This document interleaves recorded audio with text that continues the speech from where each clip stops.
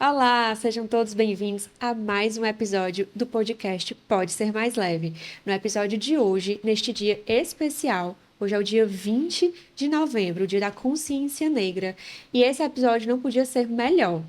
Eu estou aqui com o convidado Fernando Pinto, ele que é psicólogo clínico. Vou usar aqui uma colinha porque o currículo dele é muito rico e eu preciso falar todos os pontos do currículo para vocês. Ele trabalha fortalecendo a saúde mental no ambiente de trabalho. Ele tem ênfase no plantão psicológico, graduado pela Unifor, pós-graduado em psicologia positiva pela PUC-RS, CEO do projeto Por Mais Simples Que Seja, de popularização da saúde mental, idealizador do Reconexões Negras, de autoconhecimento e autoestima afrocentrada, pesquisador do Laboratório de Estudos sobre Processos de Exclusão, que é o LEPS, na Universidade de Fortaleza, coordenador do coletivo Negrada, grupo de promoção de educação antirracista e ancestralidades. Seja bem-vindo, Fernando! Muito obrigado, querida. É um grande prazer estar aqui com você. Mais do que tudo, estar podendo falar sobre saúde mental da população negra, falar sobre esse dia maravilhoso que é o dia 20 para a gente, né? E também celebrar, mais do que tudo, esse grande dia, porque ele é um marco único dentro da nossa história e tem um reconhecimento agora, tanto pelo Estado quanto pelas demais diferentes entidades que existem. E é um grande prazer poder compartilhar o meu conhecimento em relação a isso com Vossa Senhoria. Muito obrigada. E já puxando esse gancho, o que você acha que seria assim, a importância da história, né, dentro desse processo, já que hoje, né, é um dia para celebrar a consciência negra. Então, qual seria a importância da história, tanto para o dia de hoje da consciência negra, mas também para a autoestima da população negra, né, que é algo que você tem um foco de trabalho? Perfeito. Eu acredito que a questão da história, ela vai ter um quê de resgate muito grande. Porque a gente sabe que Zumbi do Palmares é uma das grandes referências que a gente tem negras desde o nosso tempo da escola. Eu falo principalmente do meu tempo que eu já tô com quase 40. Então, desde 1900 e bolinha, Zumbi sempre foi apresentado como um dos grandes líderes da resistência negra. E por todo o apagamento histórico que a gente sofre, a gente acaba conhecendo apenas ele como essa referência. Então, apesar de trazerem vários discursos sobre diferentes controvérsias, né, ligadas a Zumbi do Palmares, ele faz essa representatividade e ele traz toda essa questão. E o dia 20, ele é um dia que foi escolhido para lembrar Zumbi, exatamente porque, se eu não estou enganado, foi o dia da morte de Zumbi. Então, esse dia, a gente faz um grande marco que é o quê? Dentro da história negra, a gente vai fazer essa lembrança porque Zumbi representa resistência, acima de tudo. Zumbi representa a revolução que pessoas negras podem fazer quando se aquilombam, né? E mais do que tudo, Zumbi, ele traz pra gente a maior referência dentro da cultura afrocentrada do Brasil naquele período que era um período de escravidão. Então, pessoas que foram escravizadas procuravam liberdade dentro do Quilombo dos Palmares. E assim o Quilombo dos Palmares foi crescendo em relação à liderança, foi crescendo em relação a várias coisas, até chegar ao ponto que ele chegou. Sob a liderança de Zumbi e Dandara, né? Que é também muito importante a gente falar da companheira de Zumbi durante o período que ele governava o Quilombo dos Palmares. Perfeito. Uma bela de um aprofundamento histórico mesmo, né? E aí, dentro desse processo, dentro do contexto histórico, dentro do que hoje você está à frente aí de projetos, né, na coordenação, o que você vê como principal ponto a ser abordado para pessoas assim que tanto da própria população negra, mas das outras pessoas das outras raças que precisam ter esse saber, essa conscientização, essa informação para realmente ter de fato, a conscientização do que é não só o dia de hoje, mas da importância de levar em consideração esse antirracismo. Perfeito. Eu acredito que o ponto principal que a gente pode levantar em relação a isso é a gente pensar sobre narrativas. Narrativas, elas são coisas maravilhosas que desde o começo da história, elas são responsáveis por construir mocinhos e vilões. Então, eu ouvi essa história muitos anos atrás e eu achei muito interessante que essa história mostra como cada ponto de vista vai trazer uma história diferente. Um dia, um fazendeiro, né, mais especificamente um vaqueiro, estava dentro da sua casa e veio um dos seus servos e falou: Olha, seu filho está caindo na ribanceira, vá lá. Ele, como um bom vaqueiro, pegou seu laço, pegou seu cavalo e foi. Correu, laçou o filho e puxou. E saiu correndo com o filho até um lugar mais seguro, com ele enlaçado, sendo arrastado pelo chão. Se você for parar para pensar no recorte do filho sendo enlaçado, arrastado pelo chão, você tem o pior pai do mundo. Mas se você pega todo o contexto histórico que está envolvido nisso, você começa a compreender que é tudo muito diferente daquilo que era pintado. Verdade. Então, a gente poder imaginar uma narrativa diferente já é um senso de liberdade muito maior que a gente tem. Porém, o que é que nos é ensinado? Uma narrativa eurocêntrica. E uma narrativa eurocêntrica que se permeia em diferentes meios de comunicação, em diferentes lugares, etc. Muitas vezes, conversando com pessoas, eu me surpreendo porque as pessoas falam: a África é um país que eu muito provavelmente, se for visitar, eu vou me machucar. Simplesmente partem dessa premissa de tipo assim, se eu for para lá, eu vou me machucar. Não tenho nada de cultural para conhecer lá, não tenho nada para perceber. Agora, se você fala Europa, opa, Europa? Europa? Não, Europa tem o Museu do Louvre, eu tenho isso, eu tenho aquilo outro. Então, existe toda uma série de coisas dentro das narrativas, né? Uma série de recortes dentro das narrativas que vão fazendo as narrativas eurocêntricas sobrepujarem qualquer outra narrativa do mundo. Agora, eu não me refiro apenas às afrocentradas, mas qualquer outra narrativa do mundo. Então, quando a gente vai percebendo isso, a gente começa a questionar, né? Principalmente como pessoas negras. Tá, mas espera aí. Os negros, eles eram escravos ou eles foram escravizados? Eu acompanho vários humoristas que eles vão falando sobre essa distinção desse contexto, né?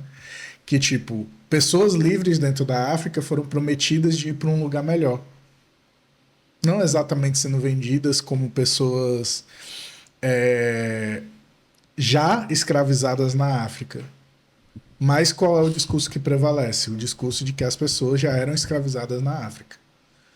Então, algumas pessoas vieram com promessas, outras pessoas vieram, não sei como, mas tipo, outras pessoas nasceram no meio do caminho porque as viagens eram muito longas.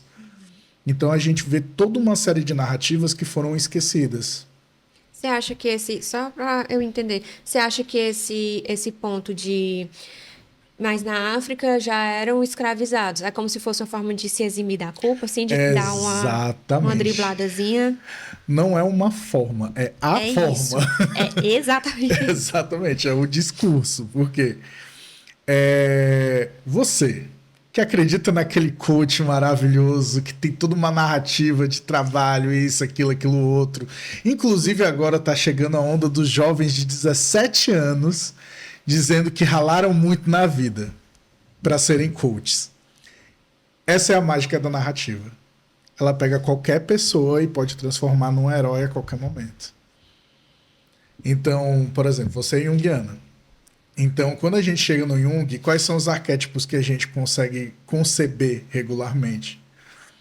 A maioria são da cultura grega ou da cultura nórdica. E os mitos africanos, que a gente tem toda uma gama de orixás que podem ser conceituados. E os akumas do Japão, como é que a gente estuda essas pessoas? Como é que a gente vai fazer um estudo junguiano do povo indiano sem tornar ele eurocêntrico? Como é que a gente pode pegar as figuras do nosso folclore e construir estudos arquétipos, dos arquétipos, por meio disso? A gente nem questiona. A gente só segue com aquilo que foi trazido dentro de uma narrativa antiga. Já toma como uma opção feita e fica por isso mesmo, né? Exatamente. E aí é onde está. O que que rege uma pessoa? A cultura. Uma vez que a cultura é apagada, uma vez que a narrativa, né, uma narrativa com status é colocada, é imposta, essa narrativa começa a perder todo sentido, tirar todo o sentido das outras coisas. Então, retomando a parte da questão dos escravizados e afins, a gente até hoje sofre com o apagamento histórico e sofre com uma negação africana no sentido de tipo, se eu pedir para você fechar os olhos e se lembrar, ou então pensar numa imagem referência de uma criança africana, o que é que você vai pensar? Não consigo pensar numa coisa imediata. Ótimo, perfeito. Normalmente, quando eu falo isso com alguma pessoa, a pessoa, eu lembro da Unicef. Que aparece aquela pessoa pretinha ali, mirradinha, sofrendo, com fome, com uma Sim. mosquinha assim voando pelo rosto dela e tal. A gente pega uma visão de extrema pobreza e generaliza. E a gente acaba se esquecendo que existem lagos, que é um dos locais que é da Nigéria, que vem crescendo em ascensão, vem um ritmo grande de ascensão. Existe, eu me esqueci agora qual é o nome da Hollywood nigeriana. Então, na Nigéria, outros países como África do Sul, Libéria, enfim, vários cantos dentro da África, existe IDH alto, inclusive acima do Brasil, né? Índices de desenvolvimento humanos melhores até do que os nacionais, e as pessoas criticam a África como se soubessem dessa realidade. Tipo, partem da propaganda da Unicef, que devia regir toda uma série de outras coisas dentro da cultura africana, e ficam naquela narrativa. E não vão olhar, tipo assim, ok, o que é que tem nesse país aqui com IDH melhor do que o do Brasil? O que é que ele exporta? O que é que ele constrói? O que é que ele edifica? Não se fala sobre isso. Então, Verdade. o controle hegemônico da narrativa eurocêntrica faz com que a gente nem questione como é que pode ser a África. Muitas vezes você fala sobre, eu vou fazer uma viagem para a África. A única coisa que vem à cabeça da maioria das pessoas é savana, safari. Fecha. Sim. Não tem praia, não tem nada, apesar de ser um continente que tem várias zonas costeiras. Não. Não, não, não, não, não. Eu vou só pro safari. Então a gente começa a perceber que como as narrativas durante muitos anos sendo colocadas, elas acabam chegando pra gente tipo, não vou nem perder tempo saindo divagando meu pensamento para longe disso. Vou ficar nisso daqui.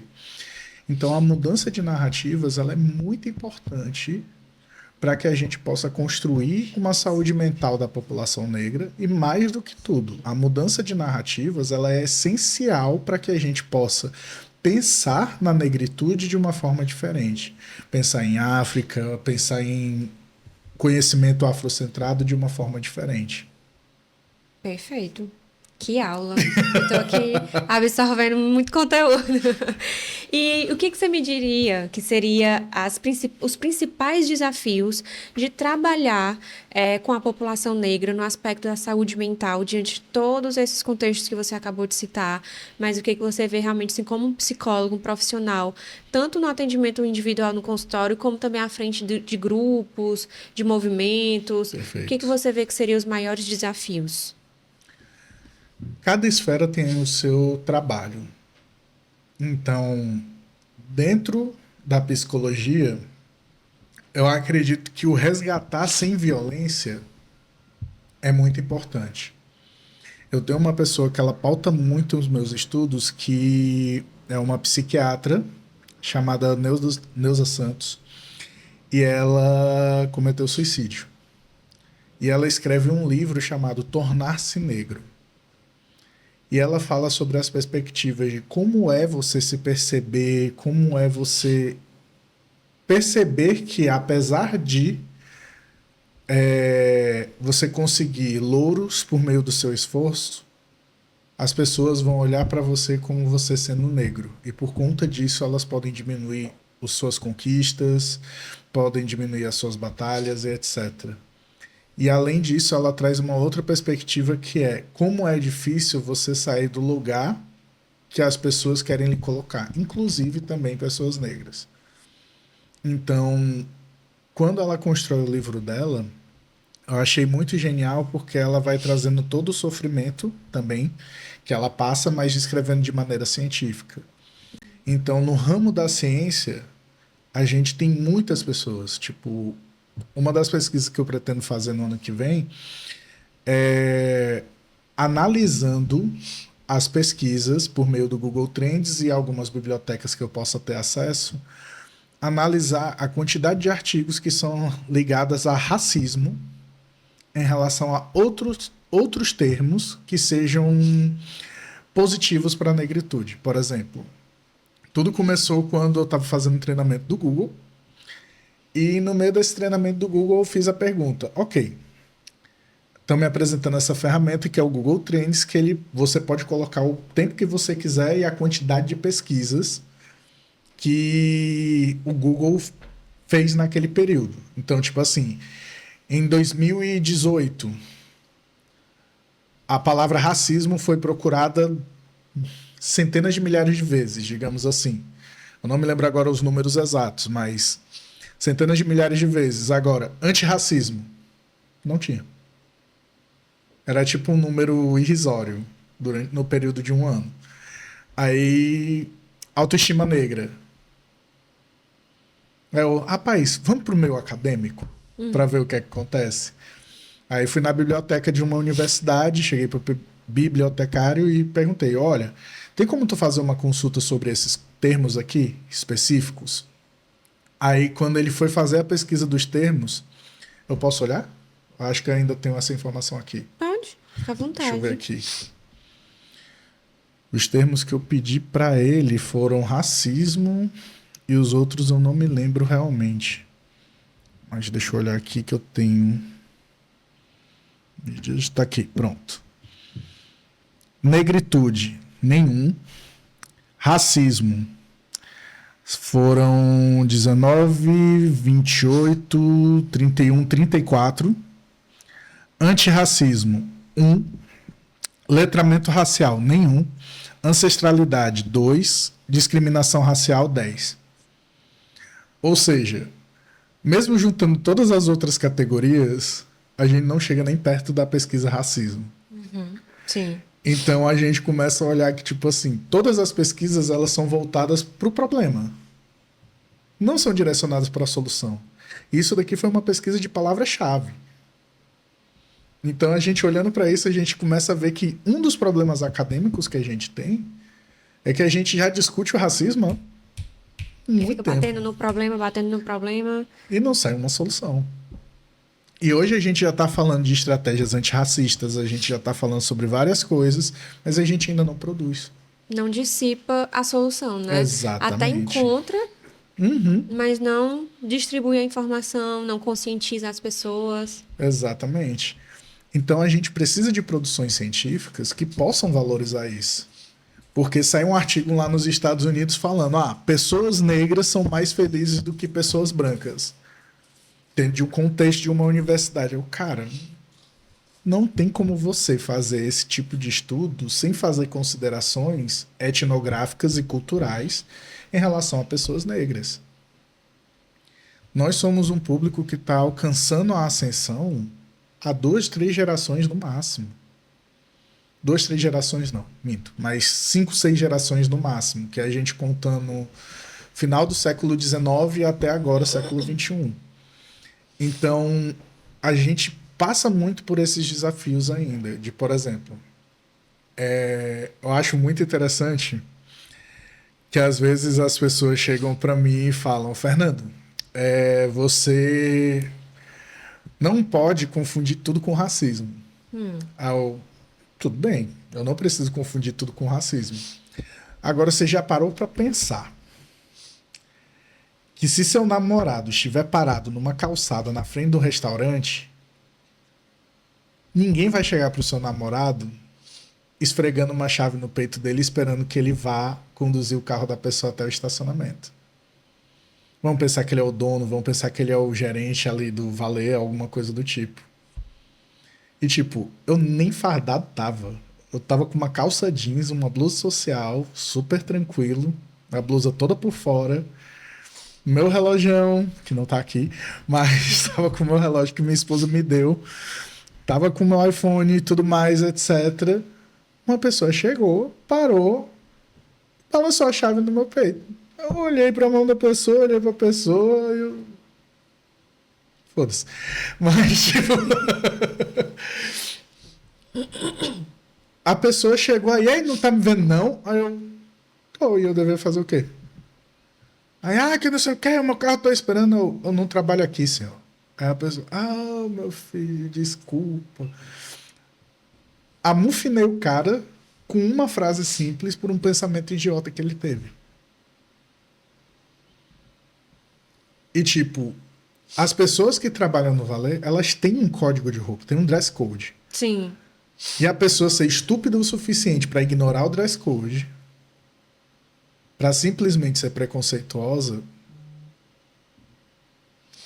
é sem sentido. Completamente sem sentido. Mas enfim, eu acho que até fugi um pouco do tema, mas... Não, eu acho que faz todo sentido, porque eu te perguntei os desafios, né, da população negra e tudo, dentro, né, desse contexto ainda mais vindo do histórico. Então, eu acho que tem tudo a ver. Inclusive, eu acho que faz muito sentido que você até possa citar esses exemplos que você mais escuta, assim, no consultório ou nos grupos, desse tipo de racismo, assim, no cotidiano, que você vai contando, eu fico, gente, mas como assim? Mas que para vocês, né, que estão nesse cotidiano, nesse dia a dia, sofrem Sim. e acaba, infelizmente, sendo até comum. Uhum. O que mais você escuta, assim, nesses... Gente, eu adoro essa história específica, né? Que uma professora lá da faculdade, ela acreditou piamente que eu era um aluno da educação física porque... Por conta das roupas que eu vestia. Tu se lembra que eu só andava de shortão, tênis e camiseta o tempo todo. Então ela fincou o estereótipo na cabeça dela de que eu era jogador de basquete. E era da educação física, tava ali fazendo algumas cadeiras na psicologia. Porque por um acaso as cadeiras dela eram opcionais, né? E quando chegou no 8º semestre, que ela me viu no NAMI, todo arrumado para atender, ela... Menino, o que é que tu tá fazendo aqui? Eu tô vindo atender ela. Vale, tu tá até fantasiado de psicólogo. Oi? Lelê.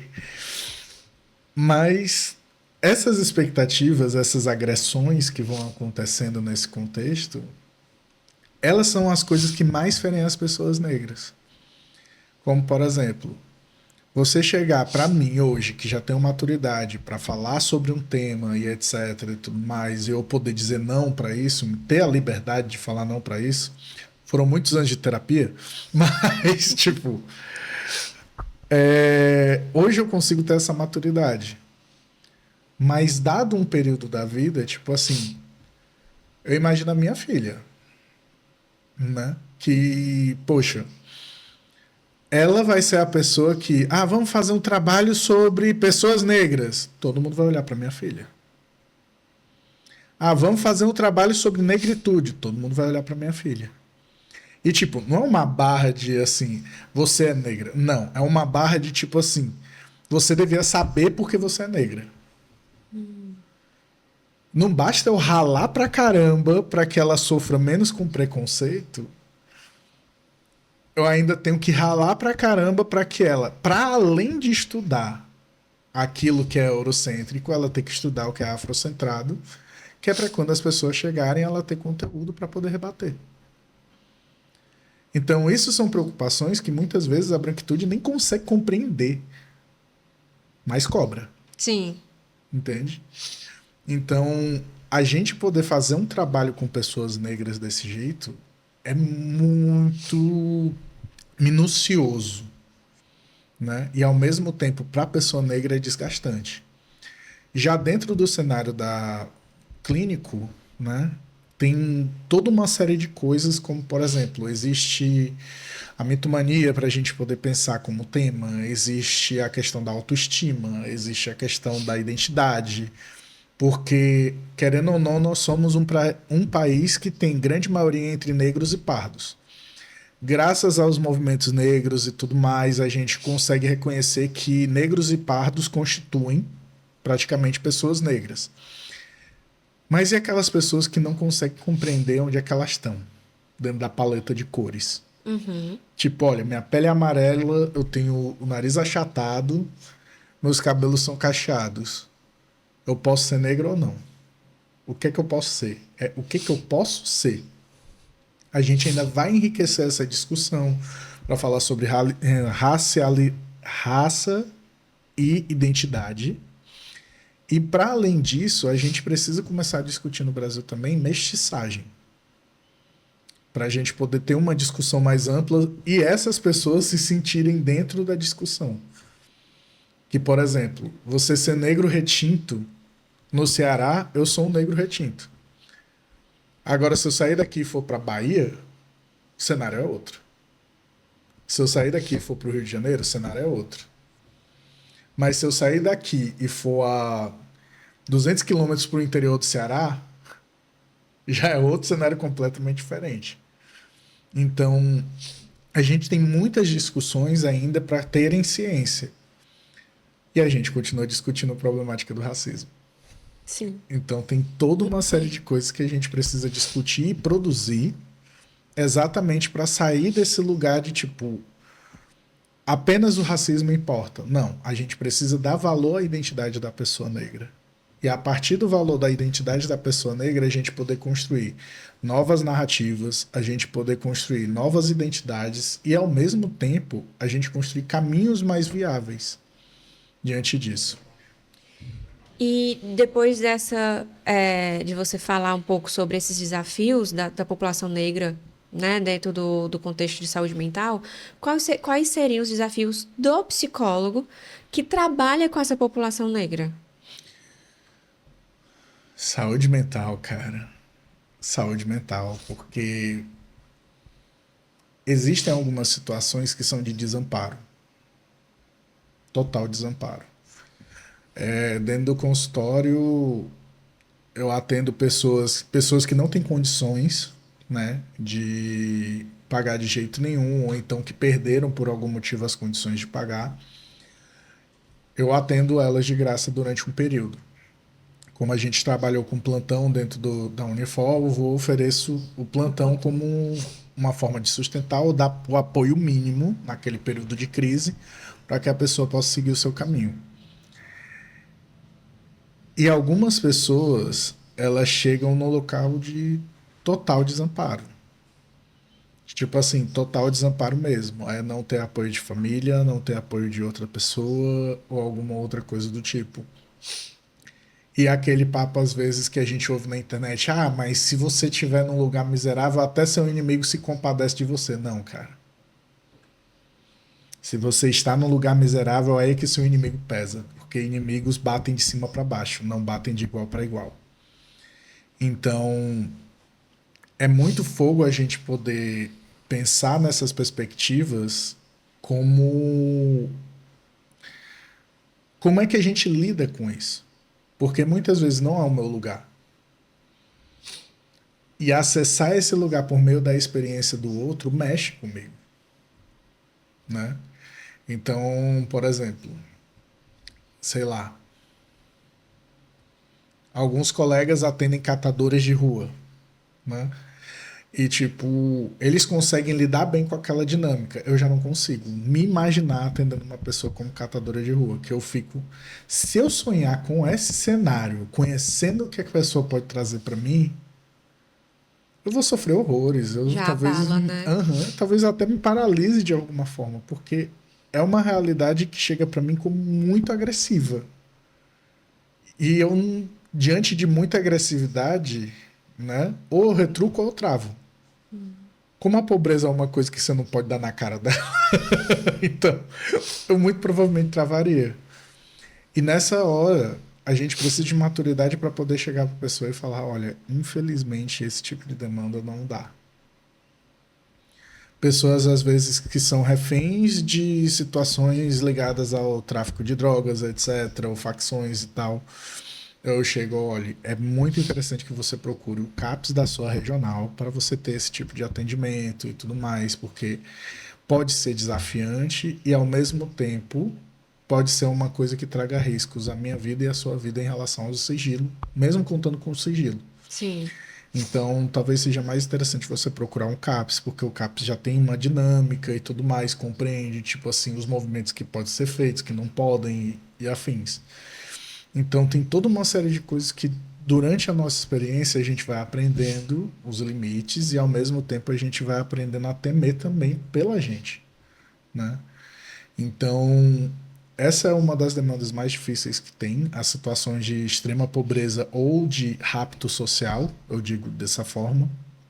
Essa questão de, tipo, estar à mercê de facções ou outras coisas do tipo. E, às vezes, a questão da mudança agressiva de identidade. Tipo, a pessoa não sabia que era negra, descobre que é negra, socialmente falando, ela descobre que é negra. E a partir do momento que ela descobre que é negra, no outro dia ela já quer estar dentro do MNU, sendo ativa e etc e tudo mais. E é uma mudança muito radical de pensamento, é uma mudança muito radical de atitude. E muitas vezes eu olho para essas pessoas e penso, cara, mas peraí, você tinha uma identidade antes disso. Você não pode simplesmente ruir com essa identidade para começar a outra. Então, trabalhar com calma essas coisas é um dos grandes desafios que existem, né? Então, diante dessa mudança radical de identidade, a grande dificuldade que a gente tem muitas vezes é como conciliar aquilo que a pessoa era antes com aquilo que ela se enxerga agora, como ela se percebe agora. E a gente poder trabalhar com isso demanda muita delicadeza. Porque personalidade, identidade, não é como o Lego que a gente. Ah, eu não quero mais essa parte. Você pode tirar, pode até jogar no lixo. Não é bem assim. Você tem que ir desconstruindo e vendo, ó, essa peça aqui é importante, então a gente coloca essa peça aqui de volta. Essa peça aqui já integra com essa daqui. E a gente vai fazendo um trabalho de construção minucioso, digamos assim, dessa nova personalidade a partir dessa identidade racial que a pessoa está começando a se comprometer e compreender. Eu vou dar um exemplo meu, bem simples, mas que você foi falando e eu fui percebendo que eu acho que tem a ver. Eu estou passando por um processo de transição capilar, Uhum, né? Eu sempre alisei, assim, desde que eu me lembro de gente, assim, eu alisava. Na minha cabeça, para não ter muito trabalho, ou para me sentir pertencente a um grupo, né? uhum, E várias outras diversas questões. E aí, esse processo de transição, porque foi a palavra que você usou, transição, né? uhum. De uma identidade para outra. E esse processo de transição é um processo que realmente você tem que se reconhecer. Porque eu comecei a pensar, rapaz, esse não é o meu cabelo natural. Continua sendo meu cabelo, porque tá na minha cabeça, né? Eu estou transformando ele em um outro aspecto. Eu gostava do outro aspecto, mas eu queria me ver com o cabelo, digamos assim, que eu vim ao mundo, né? E eu vou entrar nesse desafio. Não é fácil, né? Porque eu me acostumei por muitos anos da minha vida e nos principais fases da minha vida, eu tinha um tipo de cabelo, né, que era o Uhum. liso, digamos assim. E depois veio esse processo de transição que ele ainda não está no formato normal, no formato que é para ser, na verdade, né, no formato natural dele. Ele ainda está em transição, ele ainda está entendendo qual é o movimento dele real. E enquanto isso, eu tenho que me adaptar em uma imagem mesmo de eu me ver e eu ver que aquela sou eu, né? De eu ver realmente assim que enquanto estava liso, eu via que era eu, só que agora é uma outra eu Uhum. que eu tenho que me reconhecer. É tanto que, às vezes, quando eu aliso de novo, mas de forma sem ser química, né? Só com escova, alguma coisa assim, eu falo, gente, que estranho. Eu já acho estranho. Exato. Porque, finalmente, de fato, eu já estou me reconhecendo com esse cabelo. Apesar de ele não estar finalizado, né? No sentido de ele ainda não chegou no ápice do natural dele. Uhum. Eu ainda estou dentro desse processo. Mas esse processo é muito rico de autoconhecimento, Sim. né? Assim, eu sei que não é um exemplo racial em si, mas tem a ver com esse processo de se identificar dentro desse processo de mudança, né? Uhum. Da identidade. Você tinha uma identidade, você vai para outra. E assim, é difícil, mas é muito, assim, enriquecedor no processo de você conseguir se reidentificando. Uhum. E é muito sinistro esse processo que, tipo assim, ele começa num lugar onde a gente tem zero controle, que é É, na infância. é. Tipo, a escola que a Cais vai, não. Lá todo mundo apresentou muita excelência, mas, tipo assim, uma das escolas que a gente foi, a Cais foi com turbante. E uma criança tirou o turbante. Aí, quando tirou o turbante, viu o cabelo da Kais, aí, vale o cabelo dela não sai do canto. Gente, criança é uma maravilha. É. Aí, quando essa criança falou isso, eu entendo que, tipo assim, foi por curiosidade da criança, entendeu? Porque a expectativa dela era o quê? Ela é uma criança de pele clara e cabelo liso. A expectativa dela era tirar o turbante e o cabelo escorre. Sim. Mas ver o cabelo da Kais, que tava ali no cantinho, ela já ficou tipo, que estranho. Ela não tinha tido contato com outra criança da mesma forma, né? Ou Exatamente. seja, o ciclo social dela era só Uhum. as meninas que mexiam o cabelo e o cabelo ia para onde o vento levasse, né? Exatamente. Então, para eu poder criar minha filha, né, desde o início eu fui apresentando para ela, como por exemplo, a madrinha dela deu para ela a única boneca da Mônica que é negra. Então eu já tenho o cabelo cacheado e tudo mais, já tenho o cabelinho todo organizadinho de maneira a quase formar um black, né? Aí eu fui mostrando para ela literaturas africanas, tipo Bino e Fino, Hora do Black, que são personagens negros para ela poder olhar e se identificar, tipo assim, ah, o cabelo é assim. Se sentir representada, né? Exatamente. Então, quando a minha filha começa a ter acesso a essas coisas, mesmo que as outras pessoas cheguem e falem para ela que o cabelo dela é diferente do normal, Do que é mais comum dentro daquele ciclo, né? uhum, ela vai poder chegar, não, mas é normal aqui também, ó. Você é que não tá vendo as coisas. Quando tu vai prepará-la para dizer isso, sim, e voadoras. Mas é muito engraçado porque quando a gente começa a pensar no racismo, a gente muitas vezes a gente não questiona muita coisa que está enrustida dentro do racismo. Então, por exemplo, pessoas da minha família chegarem até mesmo dentro do contexto de falarem: ah, não sei o que, é melhor você com o cabelo raspado. Pô, mas meu tio, quando tava na década de 70 com o Black Power dele estilo Tony Tornado, qual era o problema que tinha? Não achava bonito aí? Ah, mas era outra época. Ah, mas eu quero viver esse momento. Tipo, depois que eu me casei, foi a primeira vez que meu cabelo chegou a um palmo. Na vida, assim, tipo, minha vida inteira eu quis ter o cabelo Black Power e tudo mais. E a primeira vez que eu consegui foi agora com 38 anos. E tive que raspar por uma questão de saúde, mas, tipo, você imaginar o cabelo assim, caramba, olha que black maravilhoso. É muito irado. E eu fiz a promessa que quando a Kais nasceu, eu falei, eu não vou cortar meu cabelo até a Kais cortar o cabelo dela. Infelizmente eu tive que quebrar, mas a minha ideia era essa. E a gente já fez trança junto, a gente já fez corte junto, corte não, né? Penteado juntos. E a gente tira uma onda com isso. Eu tive uma grande mudança nessa questão de ser pai, em ampliar a minha visão e principalmente obter mais conhecimento em relação a esse tipo de conteúdo, exatamente para a Kais poder estender o conhecimento dela e ter outras referências, né? Porque tudo bem, a gente agora tá tendo novelas, etc e tal, mas é muito difícil você encontrar uma série, você encontrar uma produção que seja saudável Uhum. nos mais diferentes aspectos. Normalmente são políticas ou críticas e afins. Então não são contextos que a gente pode levar para cá, mas ela está nascendo num período muito bom. Que a gente tem Hair Love, que era um curta-metragem, né, falando sobre a importância do cabelo e tudo mais. E além de Hair Love, a gente teve produções africanas chegando nos mais diferentes streamings. A gente tem na Max, a gente tem na Disney. Então a gente pode explorar outras produções agora com relação a isso. E eu fico muito feliz nesse movimento.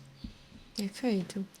E aí, no aspecto, assim, de lugar de fala, você acha que é também um ponto em que acaba que você possa ser mais procurado por outras pessoas da população negra para ter esse aconselhamento, esse suporte psicológico, Uhum. por ver que você tem esse lugar de fala, você acha que isso é também uma forma de identificação que colabora nesse processo, que aproxima esse processo, que faz as pessoas se sentirem mais acolhidas e vistas Uhum. e, enfim, acho que acolhida seria a palavra realmente que eu quero usar neste momento. Você acha que esse processo de lugar de fala ajuda mais nesse aspecto? Sim, com certeza. Eu gostaria, inclusive, de falar, tipo assim, o lugar de fala, né? Ele é meio que individual, digamos assim. Todas as pessoas têm. Você tem o seu lugar de fala, eu tenho o meu lugar de fala. Agora, como os nossos lugares de fala dialogam, essa é a parte mais importante. Aí eu acho magnífico assim, tipo, quando eu vou para algum lugar e. Ah, é porque a Djamila, quando fala sobre lugar de fala e tudo mais, etc., eu sinto que eu não tenho esse lugar de fala. Leia. Leia a droga do livro. Leia. Leia. Porque as pessoas elas falam com uma autoridade enorme. De tipo assim. Não, eu vou me ausentar da discussão porque este não é o meu lugar de fala. Aí, não, mas o lugar de fala é exatamente convite para você estar nesse lugar. Então, quantas vezes eu vou para outros lugares dentro da própria academia e as pessoas falam: Ah, mas esse não é um lugar de fala. Pois tá, expõe o seu lugar de fala, que eu gostaria de ouvir. Pra gente poder dialogar entre os dois. Aí a pessoa olha pra mim com cara de tipo. Hã? É... E é muito engraçado porque as pessoas elas falam com total certeza que elas estão falando, usando o termo lugar de fala de maneira coerente. E quando a gente vai levar isso para o consultório, a gente vai construir de tipo, tanto as pessoas brancas quanto as pessoas negras, que a minha fala ela atinge pessoas negras, mas também atinge pessoas brancas que, ai, mas a minha culpa branca está batendo forte, me ajude. Aí a gente vai lá trabalhar com essas pessoas, né? E é muito forte quando a gente vai fazer esse tipo de trabalho, porque às vezes as pessoas conseguem até compreender o que elas fazem. Mas largar o costume é muito difícil. Sim. Que assim como a gente veio falando da transição do perceber-se negro, a transição do perceber-se racista é muito mais defendida. Porque aceitar-se negro é uma condição inegável. Aceitar-se racista tem que ter uma justificativa. E uma justificativa que isente a culpa do racismo. Então as pessoas se colocam até em situações constrangedoras para poder provar que, tipo assim, não, mas isso daí não é exatamente preconceito. Isso daí pode acontecer com qualquer pessoa mal vestida. Oh, beleza, mas tu entende que tu teve que se esforçar para colocar uma roupa mal amanhada para ir até algum lugar para que algum segurança tentasse te seguir? Porque no dia a dia, se tu sair de casa com o mínimo de arrumação, ninguém vai olhar para tua cara. E eu, independente da roupa que eu esteja, o segurança vai me seguir? São duas situações completamente diferentes. Se eu chegar com um dress code extremamente absurdo em algum lugar, a pessoa vai olhar para mim e vai. O segurança, digamos assim, ele pode olhar para mim e acenar com a cabeça pensando que eu sou outro segurança. Então, é muito diferente essa situação. E aí a pessoa branca, ela muitas vezes ela compreende o seu racismo, mas ela não aceita. Alguns anos atrás, eu tenho um grande amigo meu, tipo, fui padrinho dele de casamento e tudo. Aí ele chegou pra mim, aí eu nunca fui racista. Eu, não, você já foi. Aí ele, no meio de uma mesa de bar, todo mundo conversando e rindo, aí eu gero logo o climão, né? Desse jeito. Eu nunca fui racista. Aí eu, agora você tá me usando como totem no meio dessa mesa. Você não precisa chegar pra todo mundo e dizer que nunca foi racista, que eu sou seu amigo preto, que você nunca foi racista. Não. Se você tá fazendo isso, você tá me usando de alguma forma. E isso me chateia. Aí ele, ei, mas tu não pode falar isso de mim não, que não sei o que, não sei o que. Eu posso, eu já falei. Você quer que eu exponha outras situações aí? Nunca! Além dessa, nunca aconteceu. Aí eu fui citando. Aí ele foi, ei, macho, isso daí, eu só tava sendo legal contigo, não sei o quê. Ô, macho, eu tava em casa, eu falei que eu queria voltar pra casa e tu me levou pra uma balada. Tipo assim, não tem nada a ver, mano. Existem várias escalas de desrespeito que existiram na nossa relação. A gente passou 6 meses, 7 meses sem se falar depois desse dia no bar. Aí um dia a gente parou, chegou, se esbarrou em um canto e a gente sentou pra conversar. Ele falou, mas eu fiquei muito chateado contigo, mas depois daquele dia eu comecei a repensar algumas atitudes minhas. E realmente eu posso ter sido. É porque o primeiro termo que vem eu vou manter o decoro. Mas eu vou deixar de ser paia contigo. Aí ele começou realmente a perceber várias coisas, ele começou a notar coisas, e dessa forma é que a gente vai podendo combater o racismo de forma efetiva. Tem a ver com essa situação e esse contexto tem a ver como se fosse assim, por eu não ter a intenção, eu já acho que eu não sou racista? É por aí. É por aí. Entendi. Que é aquele negócio. O racismo, ele chega pra gente muitas vezes de forma inconsciente. Como, por exemplo, é comum em alguns círculos de pessoas negras a pessoa desvalorizar ou pormenorizar os feitos dos filhos, etc. Enquanto isso, quando a gente vê em outras castas da cidade, o filho peidou, tá todo mundo louvando. E isso é uma diferença cultural muito grande, porque dentro da meritocracia, qualquer coisa que você faça, você tem um mérito, independente de como você faça. Agora, quando a gente vai olhar dentro de um contexto histórico, pessoas negras já sofreram muitas vezes de ter que mentir ou pormenorizar ou até mesmo violentar os filhos para que eles não fossem vendidos, dentro da época que eles eram escravizados. Então era melhor você ter um filho com uma perna quebrada do que ter um filho vendido. E isso vai sendo perpetuado durante anos como prática para manter a família unida. Do outro lado, a gente tem o filho do dono de um latifúndio, que é colocado em cima do cavalo pelos seus escravos, ou pelas pessoas escravizadas. E por ser colocado, todo mundo já festeja. Ele não precisa fazer nada. Ele já recebe todos os louros. Aí a gente chega na meritocracia, que vai dizer que este mesmo jovem chegou lá superando todas as adversidades que aquela pessoa negra que teve a perna quebrada para se manter na família. E não é bem assim. Quando a gente fala muito sobre o discurso da meritocracia, a gente se esquece muitas vezes do local de início. E para a gente construir a saga do herói, hoje, a gente precisa seguir um roteiro. A gente não precisa ser um herói, a gente só precisa seguir um roteiro. Aí a gente retorna para o primeiro ponto que a gente falou, que foram narrativas. E é muito fogo a gente poder parar para pensar nisso, porque uma pessoa ela pode ser rica e debilitada na área das inteligências, de todas as inteligências.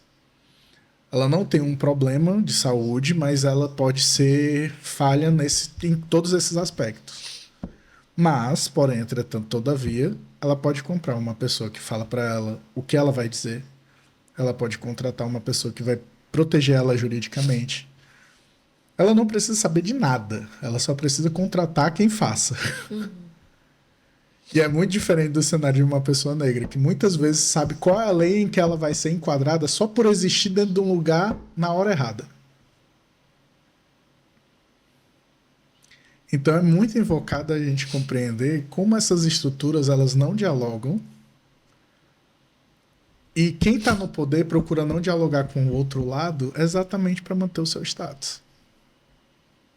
E esse é o ponto mais difícil. Como é que a gente quebra o status para promover uma mudança de qualidade real na vida das pessoas? E aí, nesse aspecto da culpa branca, né? Há pouco tempo você falou da questão da culpa branca, que também era algo que precisava ser trabalhado, discutido, desconstruído para poder a pessoa se perceber. Qual é a forma assim mais... O que você pode dizer que seria uma forma mais prática, pelo menos para um primeiro momento, para a pessoa tentar se perceber ou tentar desconstruir um pouco essa sensação ou aspecto da culpa, ou enfim. Desculpa, eu ri, mas é porque eu me lembrei da referência do Djonga, que eu não vou citar aqui. Mas, Acho que as pessoas já devem ter a noção de qual seja.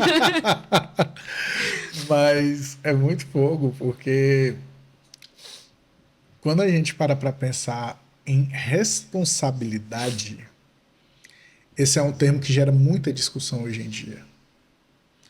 Por quê?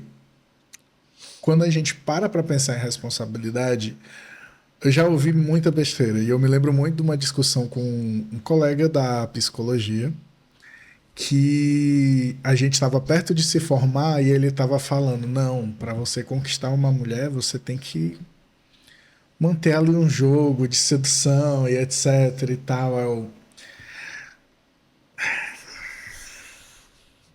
Ô macho, existem várias formas de você ter um relacionamento. E a sinceridade não engana ninguém.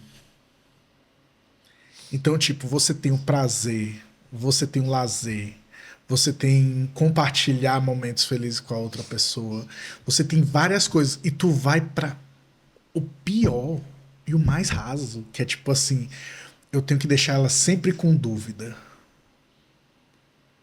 Aí ele, não, mas a gente sempre tem que deixar a dúvida, que é pra manter essa sedução e tudo mais. Eu, beleza, e quando ela chegar com a insegurança, tu vai fazer o quê? Aí ele, não, mas aí é outra coisa. Eu, não, mano, isso faz parte do jogo que tu tá impondo. Eu não tenho mais saco pra isso. Aí, não, mas que não sei o quê. Eu, não, mano, não, não. Assume que tu gosta de ser. Agora eu tenho que procurar um sinônimo pra palavra. Mas tu entendeu a palavra que vinha, né? Pronto. Espero que todo mundo tenha entendido também. Mas vamos lá. Tipo, não existe justificativa plausível para você fazer isso. Você pode inventar mil e uma coisas para justificar. Todo mundo consegue justificar qualquer ato hediondo que possa ser feito na Terra. Tipo, Segunda Guerra Mundial. Todo mundo vai ter os seus motivos, vai ser criado e baseado naquilo que a pessoa quer, o objetivo final dela, né? Perfeito. E aquilo vai ser plausível para ela. Exatamente. A gente tem diversos pontos na história que, tipo, um lado achava, não, o que eu tô fazendo é legal. E chega o outro lado e não, você não tá fazendo uma coisa legal. Aí qual é o grande problema? Conflitos. Como é que a humanidade resolve conflitos até hoje? Grande maioria dos conflitos. Violência. E a gente vê a violência, agora não falando apenas do racismo, mas a gente vê a violência contra a mulher. A gente vê a violência contra a pessoa negra, a gente vê a violência contra pessoas pobres, a gente vê a violência contra a classe trabalhadora. Quem é que tá batendo de cima para baixo? Regularmente são as pessoas que fazem parte desse pacto da branquitude. E elas têm justificativas plausíveis. Se você desumanizar qualquer outra pessoa que exista no mundo e colocar os lucros à frente dessas pessoas, a desumanização é realmente uma coisa plausível. E é justificável pelos números que se pode conseguir. E isso é muito preocupante. Porque a gente está chegando num lugar onde a gente vê uma pessoa, num plenário, falar que fora do Brasil as pessoas trabalham mais de 44 horas semanais, trabalham todos os dias exaustivamente para poder alcançar um conforto financeiro. Se não foi especificamente isso, foi algo parecido com isso. E você ouvir isso de uma pessoa que trabalha 4x3, e essa pessoa dizer que você tem que ralar todos os dias para poder ganhar menos que 10% do que ela recebe, tem alguma coisa errada. Alguém está batendo de cima em quem já está embaixo. E a gente precisa começar a compreender esse processo. Que, tipo, quem tá em cima vai justificar, tipo assim, ó, eu tô te batendo que é pra tu aprender. Que um dia tu vai chegar lá. A gente não quer mais esperança. A gente não quer viver de esperança. A gente quer viver agora. E a gente tá chegando numa sociedade cada vez mais adoecida, por quê? A esperança ela é vendida no Instagram. No Instagram não falta coach para dizer o que é que você tem que fazer para ficar rico. Mas não falta nenhum coach para dizer, olha, eu comecei a minha vida com 100 mil reais aqui, com tantos mil reais aqui. Isso não aparece. Mas aparece a propaganda. E infelizmente a gente está chegando num lugar onde muita gente vive de esperança, mas acaba não chegando em lugar nenhum. E isso nas mais diferentes castas sociais e afins, né? Por isso que às vezes eu digo para todo mundo que eu atendo que a sua história é muito importante para entender onde é que você está. A sua história é essencial para você entender onde é que você está. Por exemplo, se tu se esquecer do dia que deu o estalo de tu assumir o teu cabelo, chegou uma festa, a tua mão não vai tremer com dúvida de pegar uma escova. Ela simplesmente vai pegar a escova e vai fazer. Você não reflete mais. Você só vai. Então você sempre tem que se lembrar dos seus propósitos. E eles têm que ser muito bem construídos. Exatamente. Então, quando eu faço meu trabalho com a população negra, um dos principais trabalhos é exatamente o propósito. Tipo, eu já trabalhei com grupos de pessoas negras e foi muito interessante, assim, tudo que a gente fez e viveu cada uma das pessoas, né? A gente vê nas mudanças, de tipo assim, uma pessoa virou modelo, outra pessoa saiu de uma área e foi para outra área completamente diferente, outra pessoa arrumou um emprego e, tipo assim, ela se sentia incapaz de arrumar um emprego e arrumou um emprego e hoje se destaca muito bem na área dela. E outra pessoa foi vendo, tipo, não sei o que eu vou fazer da minha vida, acabei de me descobrir negro e se assumiu negro e começou a entrar ocupar novos espaços e assumir lideranças dentro desses lugares e você fica, caramba, você construir propósito com outras pessoas é muito irado. Porque por meio desse propósito você vai vendo as pessoas chegarem em lugares que às vezes elas nunca imaginam. Dentro do nosso grupo de estudo, chegou uma pessoa para falar, tipo assim, olha, eu sou preto, periférico, e a risca da minha vida era 32 anos. Você ouvir esse contexto, tipo assim, deve ser muito novidade para ti, né? Agora, pessoas pretas e periféricas, muitas vezes elas chegam nos 32 anos e ficam, tá, a qualquer momento eu posso morrer. Essa é uma realidade. Então, alguns quando chegam aos 32, param, olham e... Caramba, eu cheguei nos 32, não morri, o que é que eu vou fazer? tem gente que não consegue acessar esse tipo de pensamento. Eu, inclusive, não conseguia no começo, dentro da minha prática terapêutica. Tanto é que foi uma época que eu tive que mudar de supervisão para trabalhar com uma pessoa negra, porque a minha supervisora na época não conseguia compreender, tipo assim, como é? Eu, é, é isso. E não aconteceu só com uma pessoa. Então, muitas vezes, existem movimentos que a branquitude não consegue entender, mas ela vai se isentar. E isso acontece dentro da prática clínica. Eu sempre gosto de falar muito de um artigo, eu nem me lembro quantos anos tem mais, mas está no livro da Márcia Tassinari, que ela fala sobre plantão psicológico, é de uma autora chamada Isadora Dias Gomes, que ela vai falar sobre o uso da abordagem centrada na pessoa, na verdade, o uso não, o limite da atuação clínica diante do coisa, o limite da atuação clínica diante de questões raciais. E quando ela vai fazer essa construção, quando ela vai falar sobre isso, ela vai falando exatamente sobre como às vezes pessoas não retintas e pessoas brancas têm dificuldade de compreender esse contexto de pessoas negras, né? Então, esse movimento todo é muito interessante para que a gente possa compreender. Para você ter uma prática clínica antirracista,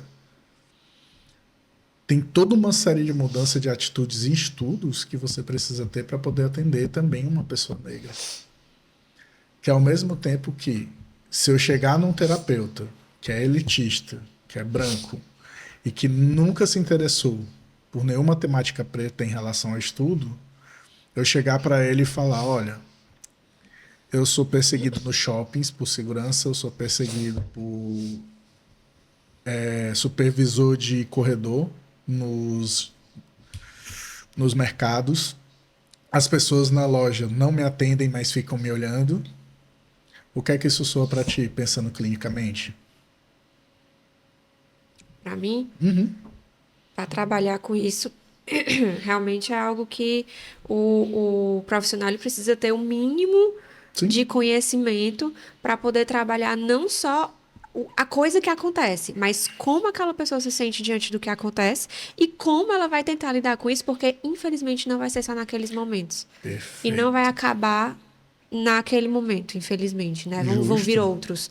Então, além de você ter que fazer o acolhimento, você meio que tem que trabalhar as próximas possibilidades de como ela vai lidar com essa possível continuidade e Uhum. como ela pode se blindar emocionalmente, se cuidar emocionalmente para que aquilo não seja devastador todas as vezes que acontecer. Maravilha. Se a gente for pro pessoal que vai, aquela galera que abraça muito o diagnóstico, tipo, academia 100%, mas eu não vou pegar essa demanda racial, às vezes a gente pode receber um diagnóstico de paranoia ou mania persecutória gratuito. Como uma coisa que acontece no dia a dia. Ou achar até também o minimizar, né? Assim, Uhum. mas releva, é porque as pessoas não sabem, é porque as pessoas são preconceituosas mesmo. E aquela coisa do fica por isso mesmo. Uhum. E acabam não se desenvolvendo estratégias para enfrentar isso de maneira interessante. Por isso que a história, o contexto histórico da pessoa, ele precisa ser muito bem retratado entre cada pessoa. Tipo, é até um dos cenários mais emocionantes que existe dentro da clínica, quando a gente vai pegar as histórias. Né? Tipo, é revolucionário pra galera. Dentro das áreas que eu estudo, a que eu mais me empolgo de trabalhar é a ancestralidade. E existe um motivo para isso. Tipo, meu pai, ele faleceu com Alzheimer, né? E por conta do Alzheimer eu via como era difícil a gente tentar redescobrir a relação com meu pai todos os dias. Um dia eu era Fernando, outro dia eu era soldado. Então, muitos dias a gente passava por muitas dificuldades e muitos choques. E vendo o meu pai, eu comecei a aprender como a nossa história é importante.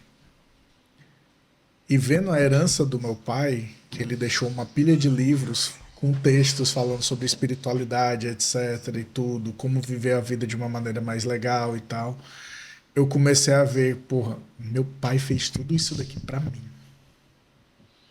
Minha mãe é católica, minha irmã é católica, meu pai sempre via que eu tava ali, tipo, descobrindo o meu caminho. E ele pega meus livros. Antes dele chegar num ponto mais avançado, né? Ele pega meus cadernos, na verdade, e eu quero que tu fique com eles. E hoje que eu vivo um momento diferente da minha espiritualidade, eu olho para aqueles cadernos com muito carinho, porque eles abriram muitas portas em relação à cultura. Que a religiosidade do meu pai era espírita, mais voltada para o oriental.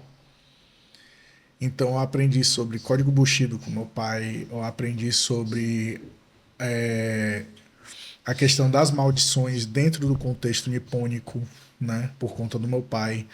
Então, muitas das coisas que ele for apresentando ali, eu fiquei, caramba, existem outras culturas além das católicas. E como isso é diferente? Aí veio a minha curiosidade por conhecer a Umbanda, veio a minha curiosidade para conhecer a mitologia dos orixás, né? Que é até um livro que o meu trabalho é baseado em cima desse livro, né? Então, muita coisa começou a mudar por conta disso. E tudo veio da minha relação com o meu pai, avançando no quadro de Alzheimer. Aí, a partir daí, eu comecei a entender, ok, meu tio começou a fazer a nossa árvore genealógica porque ele virou, eu não me lembro se é mormon ou adventista do sétimo dia, que tem que conhecer a árvore genealógica para carregar todo mundo e tal, para salvação. E eu posso estar falando besteira, tá, gente? É porque eu não faço a mínima ideia dessa religiosidade. Eu me lembro que ele explicou uma vez e isso foi o que ficou guardado. Mas foi muito interessante que eu fui conhecer a minha família. Aí fui ver, minha tata era escrava, minha bisa foi ventre livre. Aí minha mãe já estava com a primeira geração da família que estava ganhando dinheiro fora do regime escravocrata. Depois da minha mãe, na verdade, na geração da minha mãe, a gente teve um salto acadêmico muito grande. Minha avó, eu não me lembro agora se ela só sabia ler e escrever ou se ela não sabia, mas meu avô não sabia ler e escrever com facilidade. Meu avô tinha um lado artístico, meu avô por parte de mãe, né, que é a parte negra da família. E minha avó, eu não me lembro agora qual era a profissão da minha avó, tenho que relembrar. Mas conforme a gente foi vivendo as coisas, conforme a gente foi passando, né, essas gerações, no final da geração da minha mãe vem a minha tia.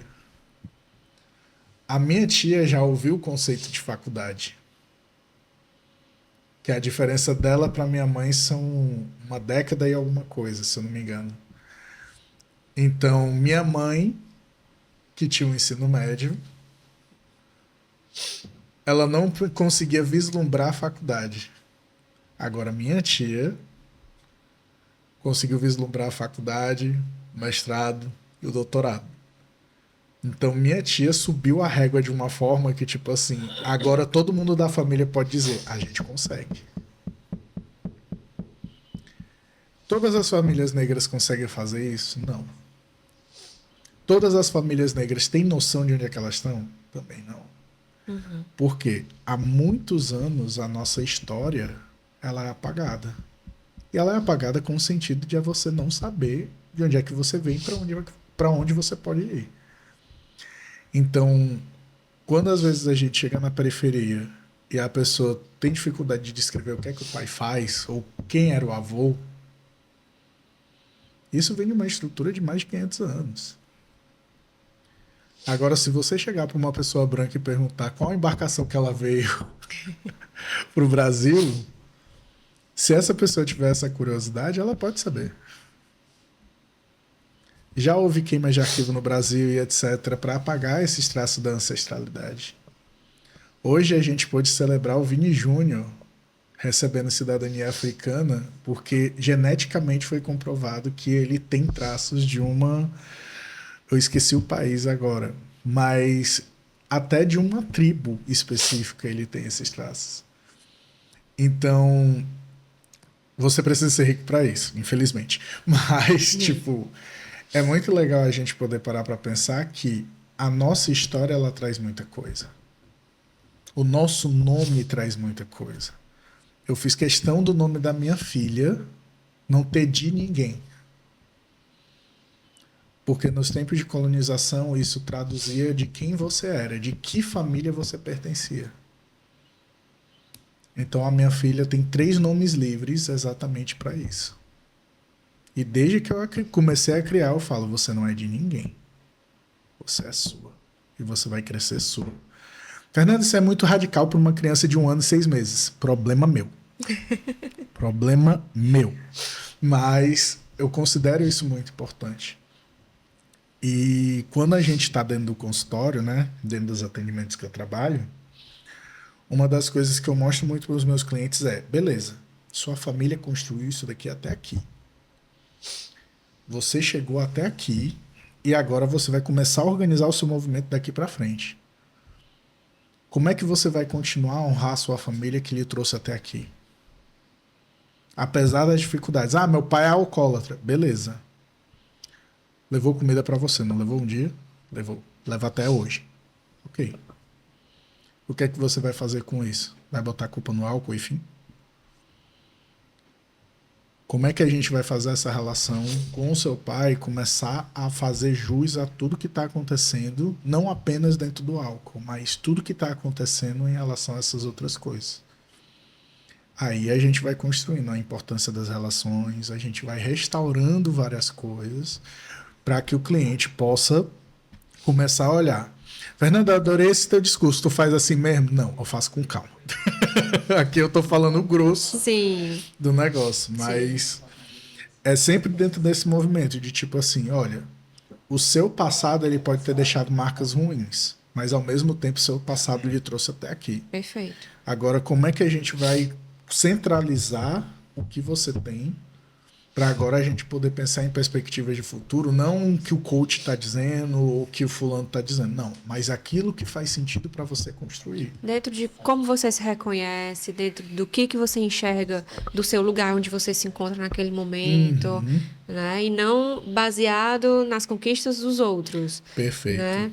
Muito bom. E é exatamente esse o grande ponto da ancestralidade, que é o quê? Você está no centro da sua ancestralidade. Porque você é o presente. Mas, ao mesmo tempo, muitas vezes confunde: a ancestralidade é honrar o que veio do passado. Beleza, mas você vai ser o passado da sua filha. Você vai ser o passado das pessoas que você está ensinando. Então, você tem responsabilidade. Aí a gente volta para aquele outro tópico, né? Sim. Que a pessoa tenta se isentar por meio da justificativa. Mas qual a justificativa que você tem de estragar o futuro de toda uma série de pessoas que vai estar contando com você? Existe justificativa para isso? Trazer essa autorresponsabilidade é um processo que é muito minucioso, porque no final das contas ele é muito doloroso. Principalmente quando você está magoado, se a geração anterior não teve a atenção que você está vendo que precisa ter para a geração seguinte. Exatamente. E aí é quando a gente começa a entrar no processo de cura. Quando você chega num lugar e você consegue começar a romper com o seu passado para construir novas perspectivas saudáveis de futuro, essa ruptura não é daqui para frente.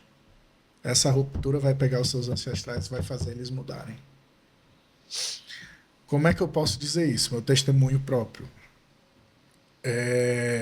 Eu e minha mãe, a gente sempre teve muitas controvérsias dentro do nosso relacionamento. Sendo que um dado momento da vida, depois que meu pai faleceu, a gente começou a ter uma relação mais horizontal, né? E conforme a gente foi tendo uma relação mais horizontal, tipo assim, discussão política, né? Que lá em casa existe a tão famosa polarização. E quando a gente vive essa tão famosa polarização, o que, é que a maioria das pessoas fazem? Isolo, me afasto, não vejo mais, desconsidero que é família, etc e tal. Eu cheguei e falei, mãe, vamos, senta aqui, eu quero entender. Quero entender o que é que lhe faz escolher essa pessoa.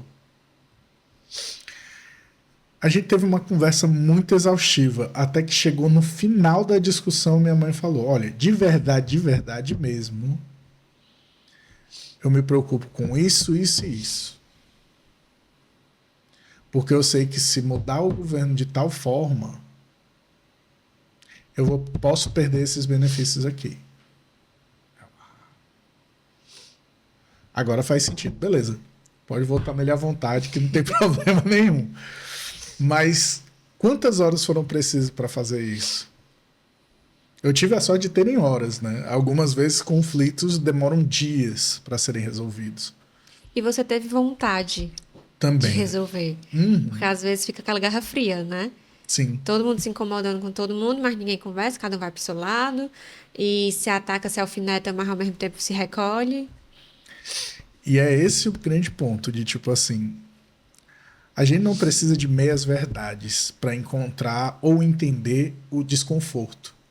O desconforto ele é o que é, seja com meias verdades ou não. E uma coisa que eu aprendi na minha vida é ser sincero não dói. Tipo, eu vou assumir aqui o meu papel de trouxa, porque eu tinha me esquecido da gravação do podcast. Aí eu cheguei aqui e já falei pra Mari, dado o momento, eu tinha esquecido da gravação do podcast, eu vim correndo pra cá o mais rápido possível. E agora eu vou voltar para os meus outros afazeres, né? Mas eu falar isso pra Mari, posso tê-la ofendido, peço até desculpas, mas é muito mais libertador do que... Não, é porque eu tenho 1000 coisas para fazer na semana da consciência negra e não sei o que, não sei o que. E mil desculpas, eu podia arrumar 1000 desculpas para isso. Mas Porque não. são justificativas que você tem reais Sim. do que estava acontecendo, né? Mas é muito melhor falar... Pô, esqueci, foi mal. Eu estou aqui, honrando e cumprindo com a minha palavra. Então, é muito melhor você viver uma vida assim, que você vai poder chegar para os seus filhos, chegar para a sua família, chegar para qualquer outra pessoa e não sustentar meias verdades. Você vai poder simplesmente chegar aí, ó, é isso. E aí, como é que vocês interagem com isso? Ou então as pessoas chegarem para você, por meio dessa liberdade que você se dá, você também permitir essa liberdade para as outras pessoas. Que é a pessoa chegar e falar, olha, eu não gostei disso. E você ter a liberdade de poder dizer, poxa, eu vou me comprometer com essa mudança ou não. E eu acho que a ancestralidade, ela mostra exatamente esse lugar de tipo, as expectativas do passado, elas suprem as minhas necessidades? Não. Então eu posso transformar a minha realidade. E ao mesmo tempo saber que no futuro eu posso continuar transformando por meio das próximas gerações, ou as pessoas podem romper comigo. E tá tudo bem. As pessoas são livres para isso. Eu acho que esse é o ponto maravilhoso, assim, de tudo. Perfeito. Você ter a sua consciência de que você, se vão romper lá na frente, é a consciência deles. A sua foi enquanto você pôde fazer a sua parte de tudo aquilo que você se comprometeu e se responsabilizou, né? Perfeito. Muito bom. Agradeço demais por você ter conseguido vir aqui, né, diante de todos os outros compromissos, de você ter dado seus jeitos, seus pulos e veio. Muito obrigada por aceitar o convite também inicialmente, né? E aí, pra gente fechar, você tem alguma mensagem que você gostaria, assim, de deixar aqui neste dia tão especial para as pessoas? Cara, hoje é um dia que vale a pena não se lembrar apenas da resistência, né? Porque resistir é você suportar alguma coisa, uma pressão.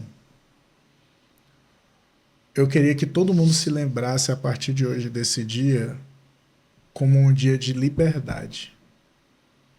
Um dia que você pode tomar essa decisão de morrer pelos seus ideais. Porque se teve uma coisa que Zumbi fez até a morte foi viver pelos ideais dele. E esses ideais simbolizavam a liberdade. Então, eu acredito que esse seja o ponto que a gente deve lembrar de Zumbi, e não apenas como uma resistência que falhou. Perfeito. Muito obrigada por esta aula, por essa troca riquíssima de experiência, né, da sua experiência, de tudo aquilo que você se compromete com a população negra, né? E, inclusive, com a sua filha, porque você se comprometer com a sua filha já é um enorme trabalho que você também está prestando para a população em geral. Total. Né? Então, agradecemos também a Raikais. E agradeço a todos vocês por essa audiência, por estarem aqui assistindo esse episódio tão importante, que está aqui para fazer a diferença. E eu conto com vocês para acompanharem o Pode Ser Mais Leve.